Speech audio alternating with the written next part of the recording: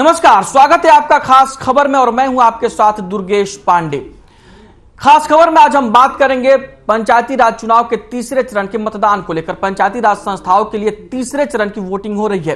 तीसरे चरण के तहत 4 जिलों में फरीदाबाद, पलवल, हिसार और फतेहाबाद में वोट डाले जा रहे हैं। मतदान सुबह 7 बजे से शुरू हुआ और शाम 6 बजे तक वोट डाले जाएंगे। चारों जिलों में कुल 11,928 सीटों पर मतदान हो रहा है। इनमें जिला परिषद की 78 और पंचायत समिति की 559 सीटें हैं।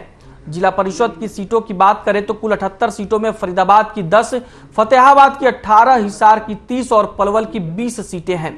इनमें से कुल 19 सीटें महिलाओं के लिए आरक्षित हैं। इनमें अनुसूचित जाति की महिलाएं भी शामिल हैं। इनमें फरीदाबाद में 2, फतेहाबाद में 6, हिसार में 7 और पलवल में 4 सीटें हैं। इसके अलावा चारों जिलों में कुल 7 सीटें BCA वर्ग के लिए आरक्षित की गई हैं। चारों जिलों में 615 संवेदनशील और 781 अति संवेदनशील बूथ हैं।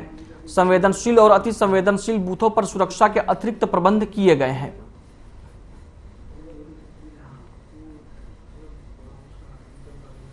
आपको बता दें कि प्रदेश में पंचायत उम्मीदवार बहुत अच्छा है और पढ़ा लिखा शिक्षित है और जुझारू नेता है, जो बढ़िया कैंडिडेट, उसको अपना जीतने के पूरे उनके चांस है।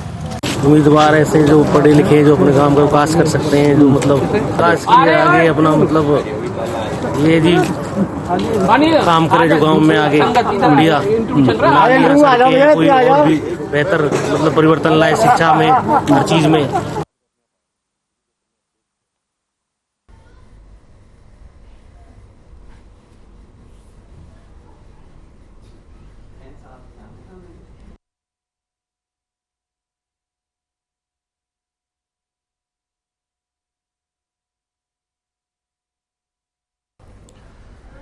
आपको बता दें कि प्रदेश के 4 जिलों में आज पंचायत चुनाव को लेकर तीसरे चरण की वोटिंग हो रही है और जिला पंचायत और पंचायत समिति के लिए वोट डाले जा रहे हैं। फरीदाबाद, पलवल, हिसार और फतेहाबाद में जिला परिषद और पंचायत समिति के लिए वोट डाले जा रहे हैं और इस दौरान मतदाताओं का उत्साह भी देखने को मिल रहा है। पंचायत समिति को लेकर हो रही वोटिंग में मतदाता भारी तादाद में घरों से निकल रहे हैं और पोलिंग बूथ पहुंचकर अपने मताधिकार का इस्तेमाल कर रहे हैं। आपको बता दें कि पंचायती राज संस्थाओं के लिए प्रदेश में हो रहे चुनाव के तीसरे चरण के तहत आज 4 जिलों फरीदाबाद, पलवल, हिसार और फतेहाबाद में वोट डाले जा रहे हैं और मतदान सुबह 7 बजे से शुरू हो गया था और शाम 6 बजे तक वोट डाले जाएंगे।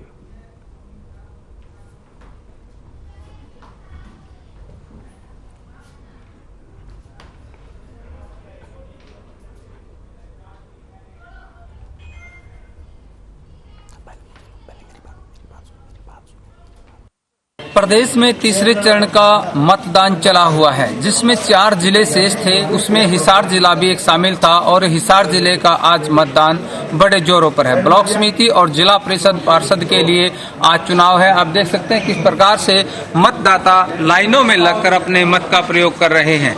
सुबह से भारी उत्साह मतदाताओं में देखा जा सकता है। मतदाता आज अपने मत का प्रयोग करके छोटी सरकार को चुनने जा रहे हैं।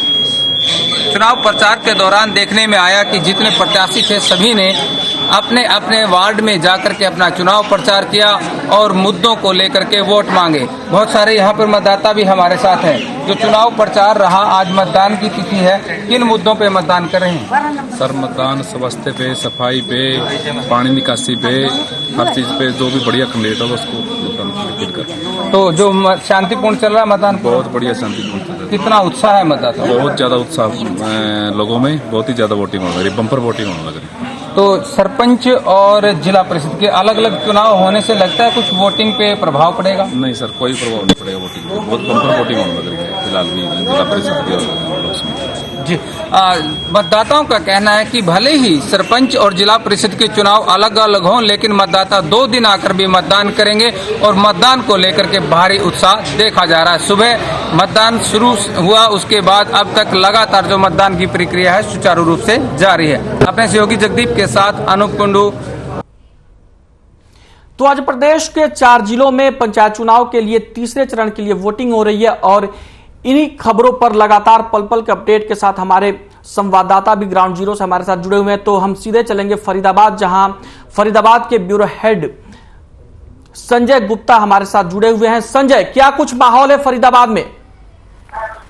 जी बिल्कुल, अगर फरीदाबाद की हम बात करें तो फरीदाबाद के जो आसपास के ग्रामीण इलाके हैं वहां पर लगातार सुबह 7 बजे मतदान जारी है। जो मतदाता हैं वो सुबह से ही कतार में खड़े हुए हैं। लगातार यहाँ पर ठंड का प्रकोप भी जारी है, ठंडी हवाएं चल रही है। बावजूद इसके जो मतदाताओं का जोश है वो ठंडा पड़ने का नाम नहीं ले रहा है। देखिए, हमने जो विजुअल अभी भेजे थे, हमारी वोटरों से बात हुई थी किस मुद्दे पर वोट करना चाहते हैं, तो उनका साफ तौर पर कहना था कि हमें प्रतिनिधि ऐसा चाहिए जो पढ़ा लिखा हो, पढ़े लिखे होने के साथ में जो सामाजिक कामों में व्यस्त रहता हो, जो सामाजिक काम करता हो, जो लोगों की समस्याओं को सुलझा सके।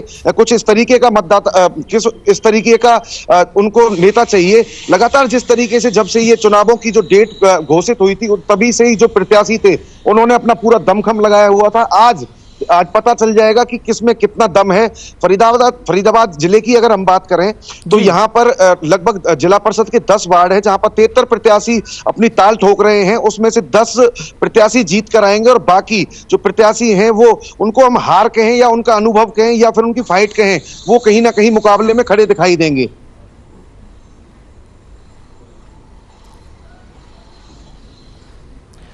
तो इसी खबर पर हिसार से हमारे संवाददाता अनूप कुंडू में हमारे साथ जुड़े हुए हैं। अनूप, क्या कुछ माहौल है वोटिंग को लेकर हिसार में?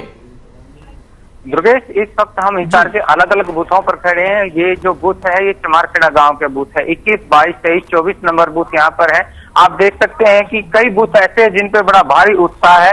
कई बूथ ऐसे हैं जिन पे बड़ा भारी उत्साह है और कुछ बूथ ऐसे हैं जहां पर अभी तक भीड़ नहीं शुरू हुई है।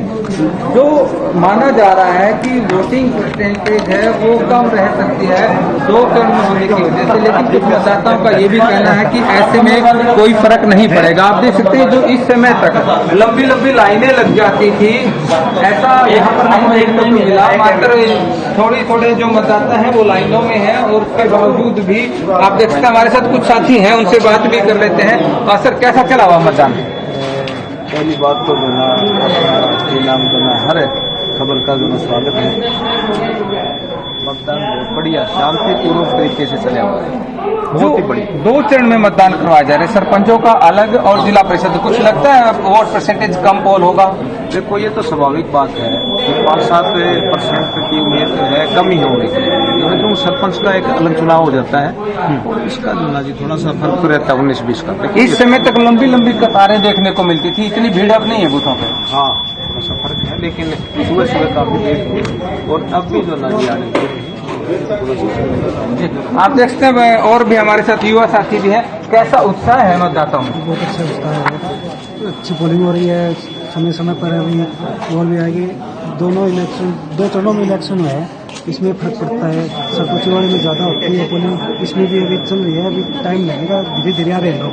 तो ये बताएं, आप किन मुद्दों को ध्यान में रख के आज मतदान कर रहे हैं? सभी मुद्दे है, जैसे पानी की व्यवस्था है और है इनकी जो सफाई है, गांव की पीने की व्यवस्था है, जो सफाई भी है, जो अपनी 4 दीवारी के स्कूल की है, जो अच्छा काम करेगा उसको वोट देना चाहिए। जी दुर्गेश, देखिए आप तस्वीरों में देख पा रहे हैं, क्योंकि एक समय होता था जब यहाँ लंबी लंबी कतारें लग जाती थी, लेकिन आज इतना लंबी कतारों का सिलसिला यहाँ पर देखने को नहीं मिल रहा। लेकिन मतदाताओं की बात करें तो काफी उत्साह उनके नजर है, वो आज वोट करने के लिए बूथों पर पहुंच रहे हैं। और सबसे बड़ी बात यह है कि पुलिस प्रशासन द्वारा पुख्ता प्रबंध किए गए हैं। जो संवेदनशील और अति संवेदनशील बूथ थे उनको चिन्हित करके वहां पे अतिरिक्त पुलिस फोर्स भी लगाया गया है। लेकिन 1-2 बूथ ऐसा भी जो देखने में आया है, जैसे जिस बूथ पर हम खड़े हैं यहाँ पर व्हील चेयर वगैरह का कोई प्रबंध नहीं है, क्योंकि हर बूथ पर BLO की ड्यूटी लगाई जाती है, व्हील चेयर का प्रबंध किया जाता है ताकि कोई विकलांग इस तरह का कोई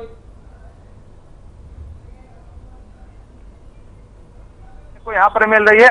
लेकिन प्रत्येक मतदाता जो है उत्साह के साथ आज मतदान कर रहा है। दुर्गेश, अनूप, हिसार में वोटिंग को लेकर मतदाताओं के मुद्दे क्या है? क्या कुछ इश्यूज हैं जिनको लेकर मतदाता वोट कर रहे हैं?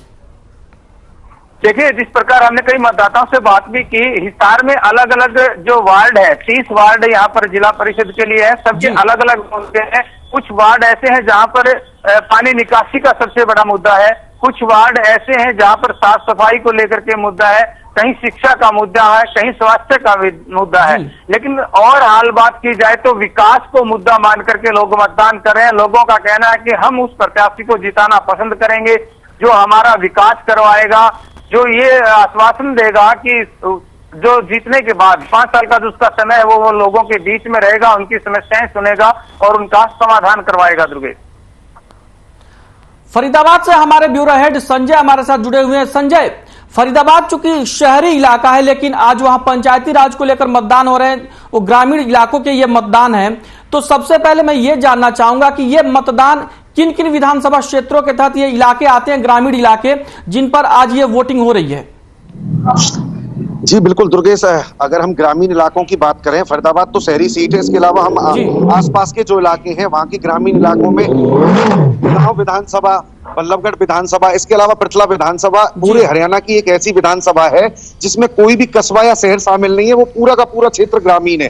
पलवल जिले की अगर हम बात करें तो पलवल जिले में पलवल, होडल, हतीम, ये तमाम जो इलाके हैं ये ग्रामीण इलाके माने जाते हैं। और यहाँ पर आज मतदान की तिथि है जो कि जिला पार्षद के लिए और पंचायत समिति के लिए चुनाव हो रहे हैं। इसके अलावा अगर हम बात करें 25 तारीख को जो सरपंचों के चुनाव होने हैं वो तीसरे चरण के चुनाव हैं और इस एक तीसरे चरण में भी दूसरे चरण में हो रहे हैं क्योंकि आज 22 तारीख को वोटिंग हो रही है, इसके अलावा 25 तारीख को होगी। तो दुर्गेश, कहीं ना कहीं जो फरीदाबाद के आसपास के इलाके ग्रामीण इलाके हैं वहां पर ये मतदान जारी है और जो मतदाता है वो खासे उत्साहित है क्योंकि देखिए ये जो चुनाव हो रहे हैं ये करीबन 1 से 1.5 साल की देरी से हो रहे हैं। गांवों का जो विकास कार्य है वो पूरी तरह ठप पड़ा हुआ है। लोगों के जो गांव में जो विकास कार्य होने हैं उनकी अनुमति के लिए अधिकारियों के चक्कर लगाने पड़ते हैं। तो कहीं ना कहीं जनता में पहले निराशा थी और अब उत्साह है कि अब जल्दी से जल्दी चुनाव होंगे, चुनाव हो रहे हैं, अपना प्रतिनिधि चुनेंगे और विकास कार्य जारी रख सकेंगे। जी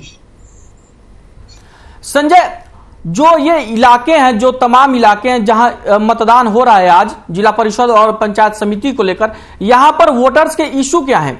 ये किन मुद्दों को लेकर वोट कर रहे हैं आज? जी बिल्कुल, हमने बहुत सारे मतदाताओं से बूथ पर जाकर बात की तो उनका साफ तौर पे कहना था कि हमें शिक्षा, स्वास्थ्य, पानी की निकासी, इस टाइप की समस्या है। सड़कें टूटी हुई हैं क्योंकि जैसा कि मैंने पहले बताया कि 1.5 साल के आसपास का समय हो गया है जब से विकास कार्य शुरू नहीं हुए। अगर कहीं सड़क टूटी हुई है तो उस पर मरम्मत भी नहीं की गई है। इसके अलावा अगर हम बात करें तो इस तरीके की समस्याएं गाँव में मुंह बाए खड़ी हुई है जिनका समाधान वो अपना नेता चुनकर चाहते हैं। जी अनूप, आपके पास आना चाहूंगा, हिसार में किन किन इलाकों में ये मतदान हो रहा है? ये इसके तहत कौन कौन से विधानसभा पड़ते हैं हिसार के? देखिए, जिला हिसार का पूरा क्षेत्र जिसमें उकलाना विधानसभा आता है, बरवाड़ा विधानसभा आता है, हिसार प्रॉपर विधानसभा क्षेत्र है, नारनौंद इसके अंदर आता है, हांसी इसके अंदर आता है, नलवा इसके अंदर आता है। तो ये जो तमाम विधानसभा क्षेत्र है और लोकसभा क्षेत्र हिसार इसको कहा जाता है, इसमें पूरा जिला हिसार है उसमें मतदान हो रहा है क्योंकि तीसरे चरण का मतदान है और तीसरे चरण का सेमीफाइनल इसको हम कह सकते हैं क्योंकि फाइनल 25 नवंबर को होगा। 25 तारीख को जब पंचायतों के लिए मतदान होना है तो उससे पहले ब्लॉक समिति और जिला पार्षद के लिए आज चुनाव है। चुनाव को लेकर के हम सुबह से कवरेज कर रहे हैं। हम देख रहे हैं कि बहुत सारे ऐसे बूथ है जहां पर बड़ी संख्या में मतदाता पहुंचे, लेकिन कुछ बूथ ऐसे भी है जहां पर भीड़ देखने को नहीं मिल रही। हो सकता है जैसे जैसे मतदान का समय और बढ़ता चला जाएगा, शाम को 6 बजे तक मतदान चलना है तो मतदाता कुछ खेतों में भी काम चला हुआ है, इस करके ग्रामीण क्षेत्र है ये, तो मतदाता धीरे धीरे करके पहुंच रहे हैं। लेकिन तमाम मतदाता चाहता है कि आज वो अपने मत का प्रयोग करके उस पार्षद को, उस पंच को चुने जो उनके सुख दुख का हिस्सेदार हो। अनूप, चूंकि मतदाता आज अपने मताधिकार का इस्तेमाल कर रहे हैं, आज वो सर्वे सर्वाहें लोकतंत्र के भगवान हैं, तो मेरा सवाल यह है कि क्या ये लोकतंत्र के जो भगवान हैं, अभी जो पहले के जनप्रतिनिधि हैं उनसे उसकी कोई नाराजगी भी है क्या? देखिए, वाजिब ऐसी बात है दुर्गेश कि जिसने 5 साल तक वोट लेकर के मतदाताओं से वादे करके और वादा खिलाफी की है तो उनसे नाराजगी होती है।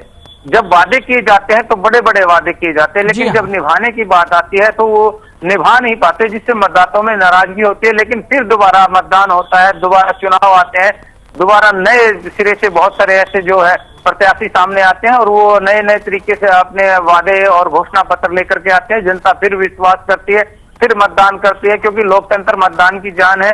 तो ऐसे में आज मतदान के द्वारा इस लोकतंत्र के पर्व के दिन प्रत्येक मतदाता ये चाहता है कि उस प्रत्याशी को, उस उम्मीदवार को चुना जाए जो उनकी समस्याओं का समाधान करने में सक्षम हो, पढ़ा लिखा हो, सामाजिक हो। तो इस प्रकार के तमाम मुद्दे जो चुनाव प्रचार चला उसके दौरान देखने को मिले। दुर्गेश, अनूप, मतदाताओं ने आपसे क्या कुछ ऐसे इश्यूज बताए या उन्होंने बताया आपको कि किन इश्यूज को लेकर उनमें नाराजगी है? जो पिछले जनप्रतिनिधि रहे हैं उन्होंने वो काम नहीं किया जबकि उन्होंने वादे किए थे। बिल्कुल बिल्कुल बताया दुर्गेश, बहुत सारी ऐसी चीजें थी जिसको लेकर के, जैसे जिला पार्षद को चुना गया है, उसके बाद उससे उम्मीदें हो जाती है क्योंकि जिला पार्षद का अपना एक कोटा होता है, उसको जो चेयरमैन होता है उससे उसकी हिस्सेदारी मिलती है कि आप इतना विकास कार्यों पर पैसा लगाएंगे। तो कई बार उसमें बंदरबांट हो जाती है। वो उस समय अपने चहेतों के गलियों का निर्माण करवाता है या वहां पर नल पंप लगवाने का काम करता है या खेतों की जो कच्ची सड़कें होती हैं उनको पक्का करवाने का काम करता है। तो उसमें बहुत सारे ऐसे मतदाता वंचित रह जाते हैं जो निष्पक्ष रूप से मतदान करते हैं, ये उनके मुद्दों के ऊपर अपना वोट देते हैं। तो वो लोगों में नाराजगी जरूर देखने को मिलती है। उनका कहना होता है कि जो चुनाव के समय में वादे किए जाते हैं वो वादे ज्यादातर पूरे नहीं किए जाते, लेकिन फिर जब दोबारा मतदान का समय आता है तो नए वादे और नए घोषणा पत्र लेकर के नए प्रत्याशी सामने आते हैं और मतदाता फिर अपना मतदान करता है एक उम्मीद के साथ कि इस बार उसका भला जरूर होगा। दुर्गेश, संजय, आपसे भी मेरा यही सवाल है कि आपके इलाके में जहां आप हैं और जिन क्षेत्रों में मतदान हो रहा है आज, वहां मतदाताओं को कुछ छलावा महसूस हो रहा है क्या कि पिछले समय में भी यही वादे हमसे किए गए थे और आज तक ये वादे पूरे नहीं हुए और फिर से दोबारा से जनप्रतिनिधि यही वादे कर रहे हैं? बिल्कुल, देखिए दुर्गेश, जो ये जिला परिषद के या सरपंचों के जो चुनाव होते हैं हरियाणा में, इनको चौधर की लड़ाई कहा जाता है, मूंछ की लड़ाई कहा जाता है। अभी जो चुनाव हो रहे हैं इसमें जो जन समस्या है उनको लोग लगातार अपने जो नेता हैं, जो प्रतिनिधि चुनते हैं, उनके पास उठाते रहे हैं। बिल्कुल शिकायतें रहती हैं, एक गली बन गई दूसरी गली ना बनी तो दूसरी गली वालों का आरोप हमेशा रहता है कि इन्होंने अपने आदमी का काम करा दिया, हमारा काम नहीं हुआ। तो इस तरीके की समस्याएं रहती है। लेकिन देखिए दुर्गेश, मोस्टली जो जितने भी ये जनप्रतिनिधि चुन के आते हैं ग्रामीण इलाकों से, ये लगातार सरकार में शामिल हो जाते हैं। सरकार में शामिल इसलिए हो जाते हैं क्योंकि वहां से ये विकास कार्य करा सके। कहीं ना कहीं उसके बावजूद भी जिला परिषद की बात करें या हम ग्राम पंचायतों की बात करें, फिर भी कुछ काम ऐसे रह जाते हैं जिनसे लोगों को शिकायत रहती है कि फलां के घर के आगे स्ट्रीट लाइट लगी, मेरे घर के आगे नहीं लगी। तो कहीं ना कहीं इस तरीके की समस्याएं जब आती हैं तो प्रतिनिधि जो चुने जाते हैं उनको भी इन समस्याओं का सामना करना पड़ता है। इसके लिए वो अपने कई बार अपने परिवार के दूसरे सदस्यों को चुनाव मैदान में उतार देते हैं कि हम नए सिरे से काम करेंगे। तो इस तरीके की यहाँ पे जो शिकायतें हैं वो दुर्गेश बिल्कुल आम है। आपको ये इन इलाकों में क्या कुछ इश्यूज देखने को मिल रहे हैं? जैसे सड़कें हो गई या नालियां गलियां आपने बताई, तो अभी किस तरीके के विकास कार्य जो गांवों में जरूरी हैं और नहीं हुए हैं और लोग उनको मुद्दा मान रहे हैं? देखिए बिल्कुल दुर्गेश, जैसे कि आपने पूछा कि किस किस मुद्दे पर चुनाव लड़े जा रहे हैं, तो मुद्दे जो मेन है, जैसे हमारे यहाँ पर चौपाल बना दी जाती हैं। कुछ समाज के लोग हैं, जैसे सेन समाज के लोग हैं, अभी हम कुछ सेन समाज के लोगों से बात कर रहे थे तो उनका कहना था कि हमारी चौपाल घोषणा के बाद अभी तक नहीं बनाई गई है। तो तालाबों की बात करें जहां पर पशुओं को नहलाने की सुविधा हो, क्योंकि तालाब हरियाणा में हर जगह बनाए जा रहे हैं। इसके अलावा अगर हम बात करें यहाँ पर स्कूलों की जो व्यवस्था है, स्कूलों की जो स्तर है, स्कूलों की जो पढ़ाई का, सपोज करें कि 8वीं तक स्कूल है तो वो उसको अपग्रेड करा के +2 तक लाना चाहते हैं। तो अगर हम बात करें स्वास्थ्य की, तो हॉस्पिटलों की जो हालत है, जो वहां पे प्राथमिकी सेंटर बने हुए हैं, उनकी दयनीय हालत किसी से छुपी हुई नहीं है। वहां पर डॉक्टर बैठते नहीं है, नर्सों के सहारे ये स्वास्थ्य केंद्र चल रहे हैं। तो इनमें सुधार लाए जाए, यहाँ पे डॉक्टरों की व्यवस्था हो जिससे कि ग्रामीणों को शहर की तरफ ना भागना पड़े। तो इस तरीके की समस्याएं ग्रामीण इलाकों में है जिनका समाधान अपने जनप्रतिनिधि चुनकर जनता चाहती है। अनूप, आपसे भी मेरा यही सवाल है, हिसार चूंकि ग्रामीण बहुल इलाका है जैसा कि आपने बताया, तो वहां पर जो गांवों में कोर इश्यूज हैं, चूंकि ये बहुत माइक्रो लेवल का चुनाव है और छोटे छोटे इश्यूज गांवों के यही एड्रेस किए जाते हैं, तो ये क्या समस्याएं हैं और जो लोग हैं उनको क्या उम्मीदें हैं कि चलो पीछे काम नहीं हुए, अब आगे वाले जो जनप्रतिनिधि आएंगे वो उनके कामों को पूरा करेंगे? बिल्कुल दुर्गेश, जिस प्रकार से हमारे सहयोगी संजय साथी बता रहे थे, वो ऐसे इश्यूज पूरे प्रदेश में रहते हैं। जिला हिसार भी उससे अछूता नहीं है। जो पहले प्रत्याशी चुने गए थे, देखिए मैं बता दूं कि ये ग्रामीण चुनाव माना जाता है जिला परिषद का और ब्लॉक समिति का, क्योंकि शहर के लिए नगर परिषद और नगर निगम काम करती है। ग्रामीण लेवल के जो काम है वो जिला परिषद और ब्लॉक समिति करती है। तो ऐसे में जब जिला परिषद का चुनाव होता है तो उसमें ये देखा जाता है कि जिस पार्षद को हम चुन रहे हैं, क्योंकि एक पार्षद लगभग 10 से 11 गांव का एक वार्ड होता है। ऐसा नहीं है कि जिस प्रकार सरपंच एक गांव का होता है, लेकिन जो जिला पार्षद होता है वो 10 से 11-12 गांव तक एक वार्ड में होते हैं और तब जाकर के वो अपने प्रतिनिधि को चुनते हैं। तो ऐसे में कहीं न कहीं ये देखने को मिलता है कि 10 से 12 गांव की जिम्मेदारी उस पार्षद पर होती है कि वो अपने 12 गांव का विकास करवाए। उनकी जो गलियां हैं, स्ट्रीट लाइट है, चाहे खेतों में जाने वाले रास्ते पक्के कराने की बात है, जहां पर पानी खेतों में पानी भर जाता है उसके निकासी करने का प्रबंध करने की बात है। तो जिस प्रकार एक विधायक का पूरा उसका विधानसभा क्षेत्र होता है, ठीक उसी प्रकार जिला पार्षद का 12 गांव के करीब का जो क्षेत्र आता है, तमाम लोगों को ये उम्मीदें रहती है कि वो उसमें अपने विकास कार्यों की झड़ी लगा दे ताकि अगली बार भी उनको मतदाता याद रखे। लेकिन होता इसके बिल्कुल विपरीत है। जब वो चुना जाता है उससे लोगों को काफी उम्मीदें होती हैं, लेकिन जब तक उसके 5 साल का कार्यकाल समाप्त होता है, लोगों की उम्मीदों पर, मतदाताओं की उम्मीदों पर पूरी तरह से पानी फिर चुका होता है और वो फिर एक नए प्रत्याशी की तलाश करते हैं, नए वादे देखने को मिलते हैं, नए घोषणा पत्र पढ़ने को मिलते हैं और मतदाता फिर एक नई उम्मीद के साथ एक प्रत्याशी को चुनता है कि इस बार वो उनका भला करेगा। बहुत बहुत शुक्रिया अनूप आपका, आपने काफी अहम जानकारी हमारे दर्शकों तक पहुंचाई। और संजय आपका भी बहुत बहुत शुक्रिया, आप दोनों लोगों ने काफी अच्छी जानकारी और हमारे दर्शकों तक पहुंचाई। तो खास खबर में फिलहाल के लिए इतना ही, मुझे दीजिए इजाजत, नमस्कार।